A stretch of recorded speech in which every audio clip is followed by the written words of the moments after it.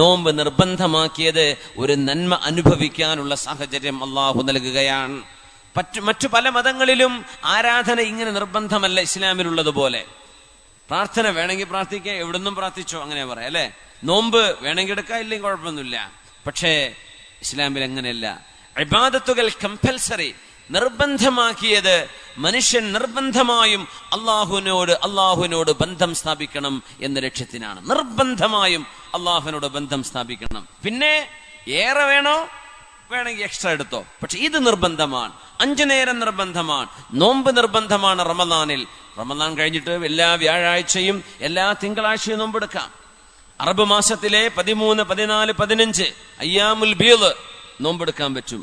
മുഹറത്തിൽ നോമ്പുണ്ട്, ദുൽഹിജ്ജയിൽ നോമ്പുണ്ട്, ആശുറയുടെ നോമ്പില്ലേ, അറഫയുടെ നോമ്പുണ്ട്, മറ്റൊരുപാട് നോമ്പുകൾ വേറെയും.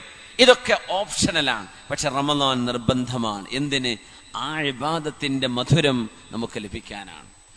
സുബ്ഹി നിസ്കാരം കഴിഞ്ഞ് ഹബീബായ റസൂലുള്ളാഹി സ്വല്ലല്ലാഹു അലൈഹി വസല്ലം അവിടുത്തെ ഭാര്യമാരുടെ വീടിന്റെ അരികിലൂടെ നടന്നു പോകുമ്പോ അവരോട് ചോദിക്കും, ഇന്ന് കഴിക്കാൻ എന്തെങ്കിലും ഭക്ഷണമുണ്ടോ?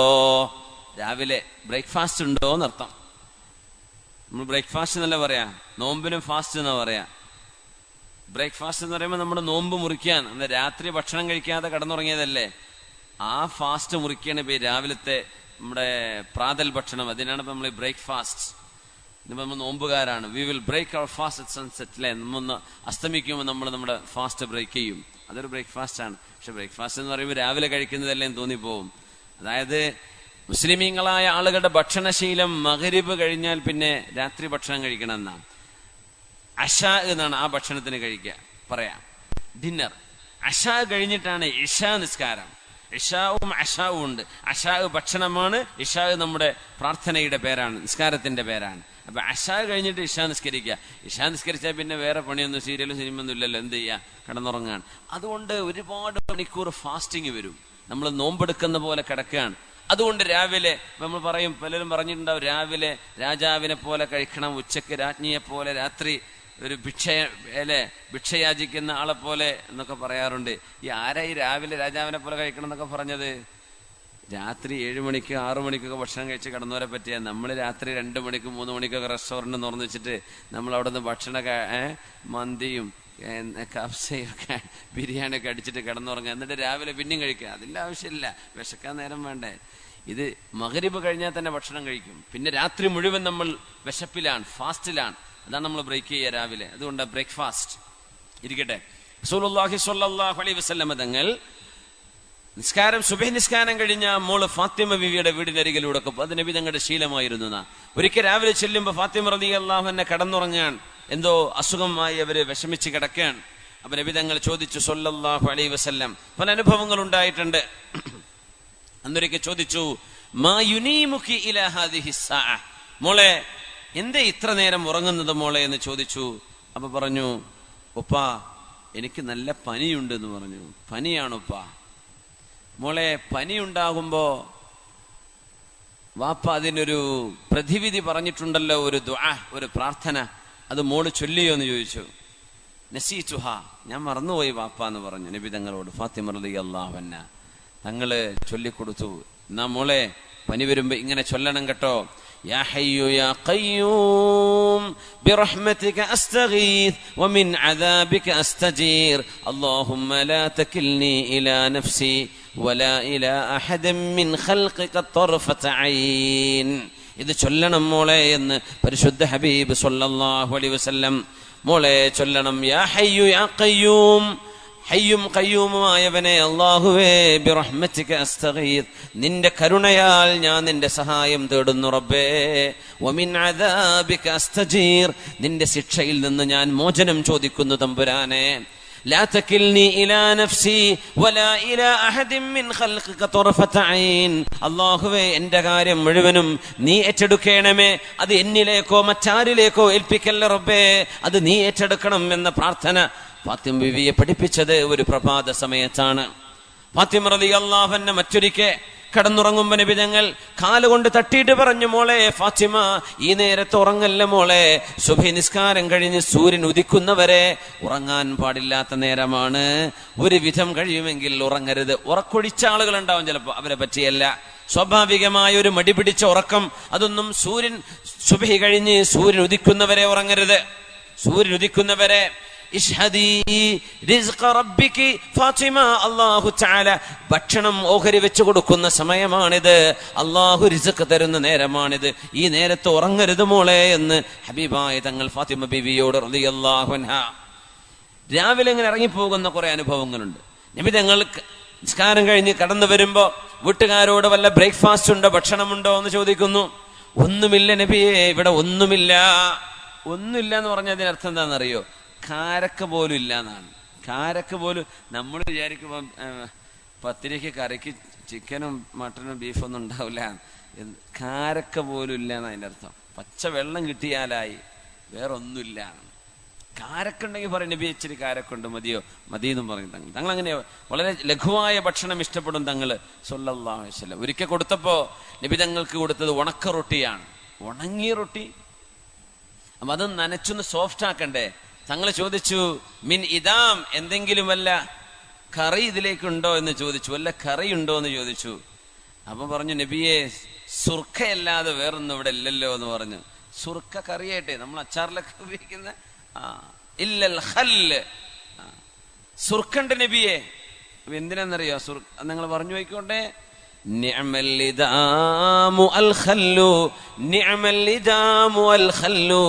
സുർക്ക എത്ര നല്ല കറിയാണ്, എത്ര നല്ല ഭക്ഷണത്തിന്റെ കൂട്ടാണ് സുർക്ക എന്ന് പറയുന്നത് എന്ന് പറഞ്ഞ് ആ സുർക്കയിലേക്ക് മുക്കിയിട്ട് ഉണങ്ങിയ റൊട്ടിയെ സോഫ്റ്റ് ആക്കിയിട്ട് കഴിച്ച നബിയാണ് റസൂലുള്ളാഹ് സ്വല്ലല്ലാഹു അലൈഹി വസല്ലം. അവിടെ എന്താ പറയാ? ചീത്ത പറയല്ല, എന്തോ ഒരു നല്ല ഭക്ഷണം എന്ന്. നമ്മൾ അത്തിപ്പറ്റ ഉസ്താദ് അങ്ങനെ പറയും, എന്ത് ഭക്ഷണം കൊടുത്താലും എന്ത് നല്ല, മാഷാ അല്ലാഹ്, നല്ല രുചിയുണ്ട്, നല്ല നല്ല റാഹത്തുള്ള ഭക്ഷണം കഴിക്കുമെന്ന് പറഞ്ഞ് ബിസ്മി ചൊല്ലി അങ്ങനെ കഴിപ്പിക്കുകയും ചെയ്യും.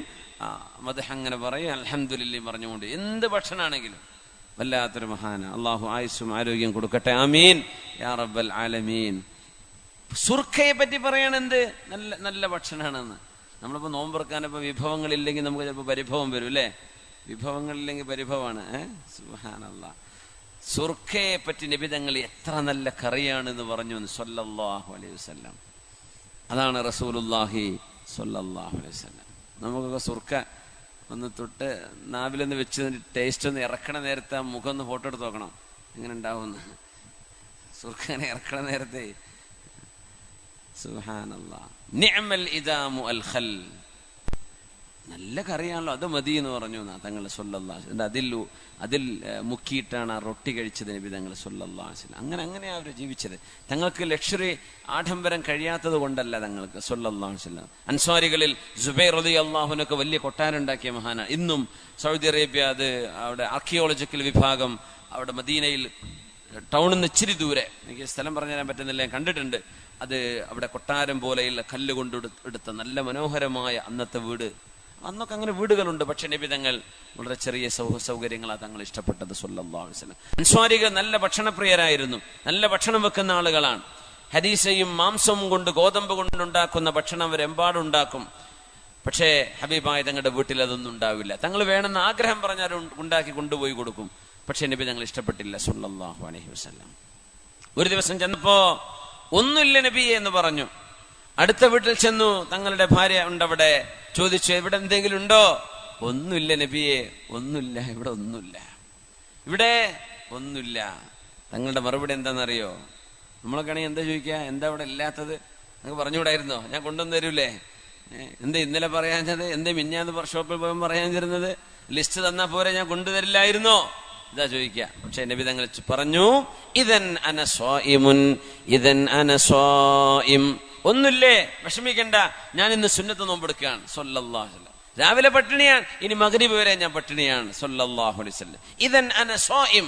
അതുകൊണ്ടാണ് സുന്നത്ത് നോമ്പെടുക്കാൻ ളുഹറിന്റെ മുമ്പ് നമ്മൾ നിയ്യത്ത് വെച്ചാൽ മതി.